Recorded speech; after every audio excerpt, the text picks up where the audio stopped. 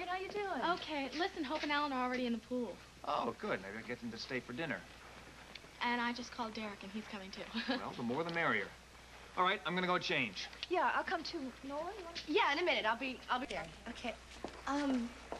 Morgan, when Maureen suggested that I come here, I didn't really think it was a good idea. I hope you don't mind. No, it's fine, Nola, really. Listen, it's been almost a year since last summer, and I think that, I hope that we've all grown up a lot since then. When Kelly Louise was in the hospital, I decided that I should just let bygones be bygones. Well, there's something that I have wanted to tell you since the hospital. I know I can't undo what I did, naming the baby Kelly and everything, but I want to thank you and Kelly for not telling Floyd the truth, for keeping it from him. And no one will ever tell Floyd. It would hurt him too much. Listen, what happened is in the past, and if we're lucky, we can keep it there. Yeah, thanks. So, I just don't want anyone else to go through what we went through last summer. And especially Floyd. Yeah, me either. So, listen, why don't you go change into your bathing suit? And Derek is coming. I know you're friends with him. Is Hillary coming, too? No, Derek doesn't know where Hillary is. Oh, okay. Well, I'm going to go change my clothes. I'll be right back. Hi. What's she doing here? Well, Maureen asked her to come. And since Maureen doesn't know what happened last summer, I don't think she knew it would be awkward for us. Well, you want to go back to the apartment?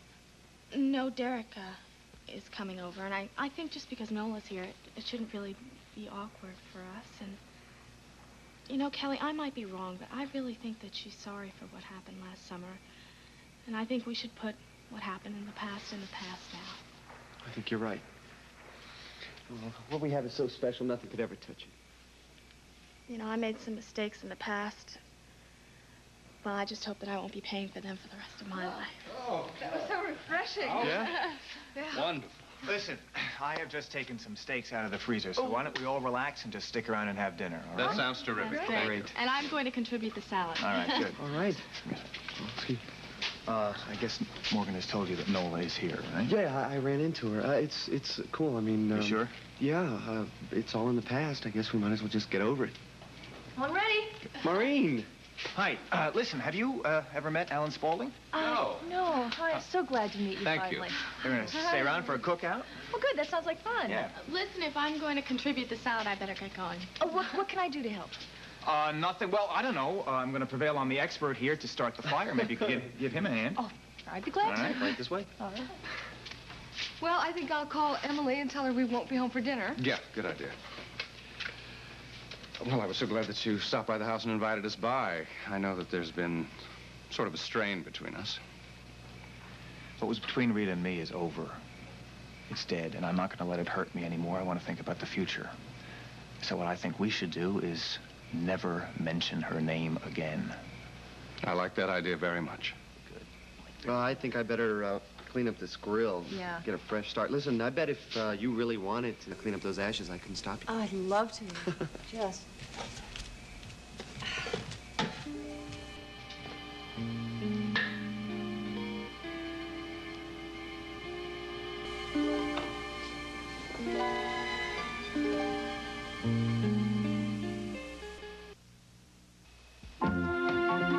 We'll continue with part 2 of Guiding Light in a moment.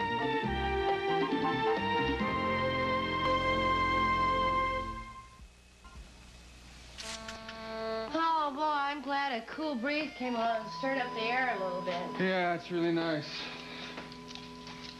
Well, I was really glad to see you at Ed's when I arrived tonight. Why?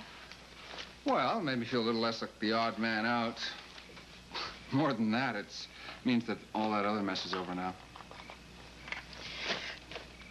Derek, you know what's interesting? It's through that whole mess, you still remained a friend of mine, and you were the first to forgive me.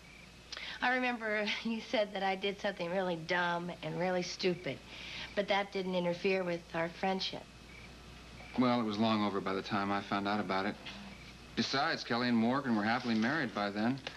The only person it could have hurt was Floyd. Oh, you want a cold drink or something? No, thanks, Nola. I really don't have time. Derek, I'm really sorry that Morgan couldn't get in touch with Hillary. Whatever plans she had, they were obviously for the whole night. Yeah. So, when's Mr. McCord coming back? I don't know. I don't know, but I hope it's soon, you know. I love my family and everything, but it's just not my home anymore. Now, can you understand that? Oh, yeah. Very well. I thought my life was going along just fine until Hillary came in and showed me what I was missing. You probably heard through the grapevine that Hillary moved back in with Katie for a while. Yep. Oh, sometimes I wish that I'd never had what I had with Hillary. She hadn't shown me what I was missing, because now I feel so lost. Anyway, I hope that Mr. McCord comes back soon and that everything works out just the way you want it to. Thanks, Derek. Good night. Okay, good night. Thanks for the ride home from Dr. Bowers. You're welcome.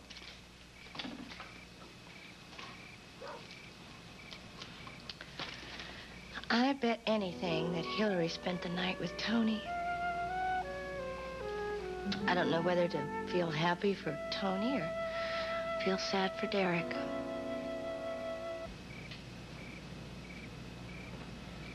You got quiet all of a sudden. Well, I just figure I exhausted both of us with the story of my us a break. Oh, come on, I love listening to you talk. You know, it's funny how you can know someone for so long and not really know them. I mean, the story about your dad just blew me away.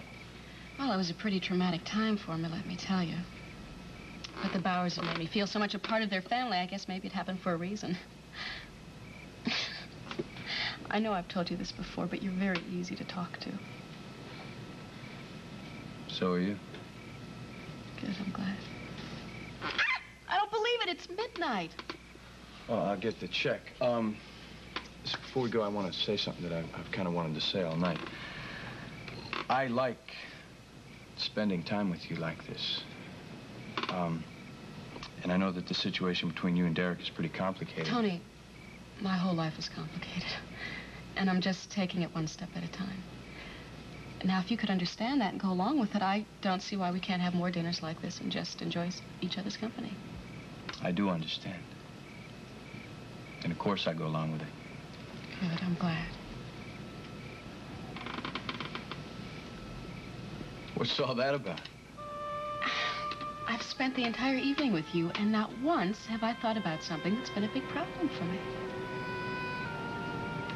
Maybe your problem's going away. Somehow I think it's more than that.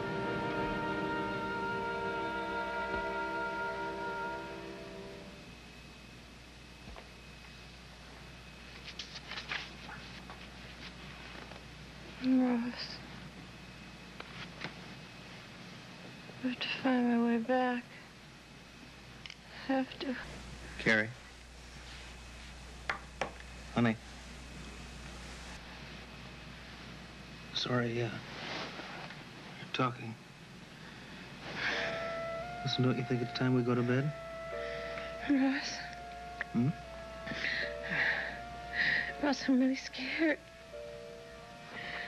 Oh, I'm so tired. It's been so long. Honey. Yeah? Let me go away again, okay? I may not be able to find my way back to you. Hold me. Hold me tight. Don't ever let me go.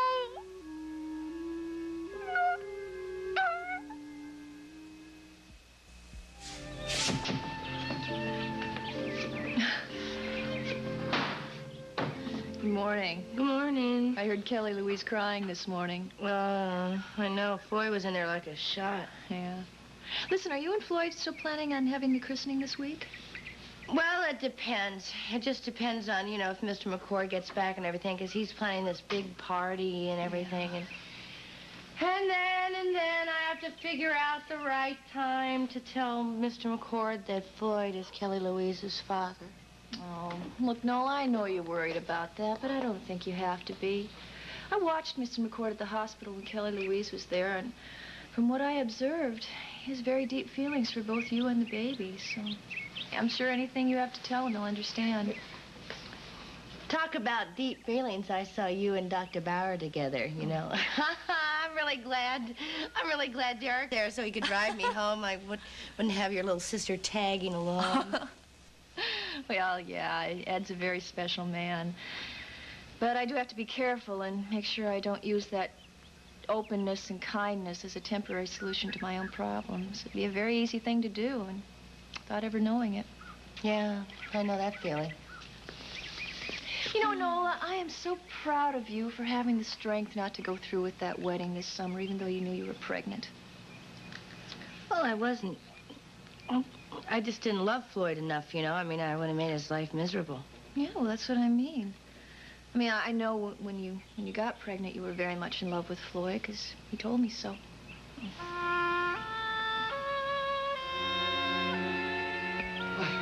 Watch out. Oh, well, I better go on and get dressed, get ready by the time Ed wants to leave. Okay. What are your plans for the day? Well, I have classes, and then I'm gonna pack to go to New York. And I'll pick you up, and we'll be at Amanda's by about 5:30. Oh, I don't know if I'll be ready right at 5:30, but if I'm not, you just take the car on over and I'll catch a taxi. Okay. You know, Kelly, I'm still worried about my mother. She would have never checked out of that hotel without telling me first. Oh, maybe you should give the Madrid office a call. I will. Morning. Whoop, gotta run. Ed, I'll be dressed in your car, ready to go in 5 minutes. Holy cow. Did you solve that problem that was bothering you the other day? Yeah, I've decided not to bring it up. There's nothing he can do about it, and it would only upset him. Well, are you sure? Well, I'm gonna go take another dip. All right. Do a lap for me.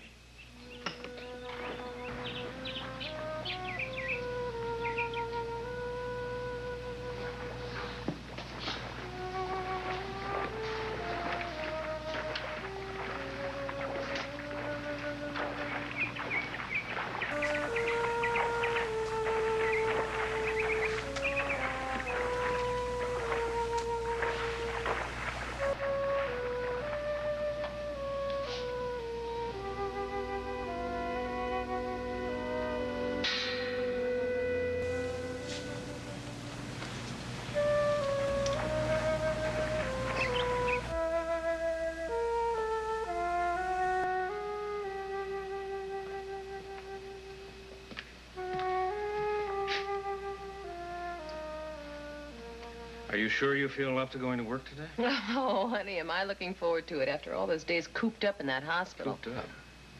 What's the matter? Nothing. It's just another expression I've never heard you use. And here I thought my days of being observed and psychologically evaluated ended when I got out of Cedars. I certainly hope you do not intend to keep picking up on every little word I use. And all right already. I won't, I promise. I was concerned about you, though, last night, when you woke up in my arms on the sofa. Why? Well, you were sleeping, and then you started talking, saying, trying to get back to me. And so I woke you up. You seemed terrified, almost too weak to talk. Then what happened? Don't you remember? Sure. I remember Ross. Of course, I was in a deep sleep, and it's pretty blurry to me this morning. You said that you were afraid that you'd never get back to me. Well, I woke you up, and I held you in my arms, and after a while, you drifted back to sleep again. I picked you up, carried you to the bedroom, and you slept soundly till morning. I bet it's that new medication Sarah gave me. Well, listen. You do not have to worry about getting back to me. I'm here, and I'm not about to let you go. She's still strong enough to get control? I can't let that happen. Not even for a split second.